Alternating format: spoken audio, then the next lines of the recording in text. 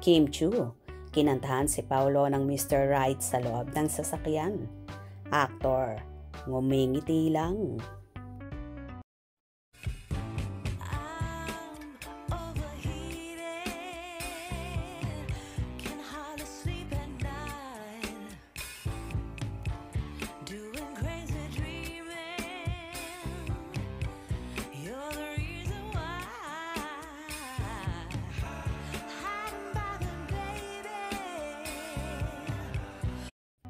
Layag na naman ang Kim Pao ship dahil sa nakakakilig na moment ng love team ni na Kim Chiu at Paolo Avellino sa official Facebook page ni Kim.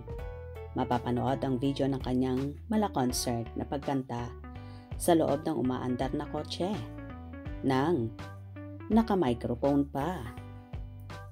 Todo bigay nga sa pagkanta ang actress ng awitin niyang Mr. Right, kaya aliw na aliw ang mga fanay.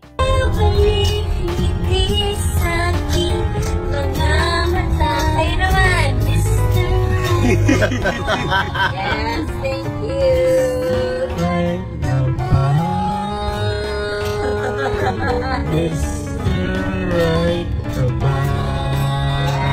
Thank you so much, everybody. Off to the next song. Todo bigay nga sa pagkanta ang actress ng awitin niyang Mr. Right, kaya aliw na aliw ang mga fanay. Pero ikinabaliw naman ang mga Kim Pao fan na katabi pala ni Kim si Paolo na kinukuhanan din ng video ang actress. Mas lalong nagwala ang mga fanay ng mapagtantong nasa kanan ni Kim si Paolo na talaga nga namang swak sa kinanta niya. Hindi naman napigilan ng mga fanay na kiligin sa dalawa. Very supportive ang kanilang Mr. Right. Taga-video si Mr. Right, literal na nasa right. Talagang sakay na sakay si Pao sa kakulitan ng prinsesa niya. Ang saya-saya ni Kimi kasi Paolo is always beside her. Love you both. Nakakaloka talaga ang kakulitan at energy ni Chinita Princess, kung saan game na game at sakay na sakay din naman si Paolo sa dalaga. Halata naman sa actor na nag-i-enjoy siya kapag kasama si Kim, na kahit napakaingay, napakadaldal, pero baliwala ito kay Paolo. At in fairness kay Kim lang nagkaganito ang isang Paolo Avellino na para bang sunod-sunuran sa dalaga. Pero happy naman at bukal sa loob ni Paolo ang mga ginagawa niya. Halata rin kasi sa actor na totally in love siya kay Chinita Princess na tila na magnet ng husto ng multimedia idol. Ano nga ba meron ng isang Kimi na talagang nagpahanga ng todo kay Paolo? Number 1 siguro ang pagiging sweet ng actress. Pangalawa, napakabait na tao sa mga katrabaho, fans, at sa pamilya.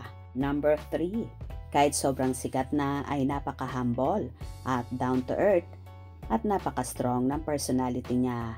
Kahit nababa siyang dalaga, ay hindi ito natitinag. Bagkos ipinagdarasal na lang niya ang mga taong nangungutya sa kanya at nang babatikos. Bukod pa dyan, si Kimi ay di pala patol at nagsasabi ng mga maanghang na salita. Kahit pa below the belt na ang natatanggap niyang bashing mula sa ibang tao. Dahil nga sa hindi pagpatol ng dalaga sa nang babasya kanya. Kaya naman lalong umaapaw ang biyaya at pinagpapala ang actress. Kaya todo ang nagiging pasasalamat ng dalaga sa mga taong nakasuporta sa kanya mga solid fans at lalong higit kay Paolo na palaging nasa likod niya at nagbibigay lakas sa mga pinagdaraanan niyang bashing. Hindi rin alintana kay Kim na so happy siya ngayon lalo kapag kasama niya ang actor. Iba kasi ang inspired at in love.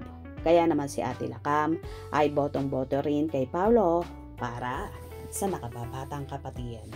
Hope you enjoyed. Please subscribe for more info.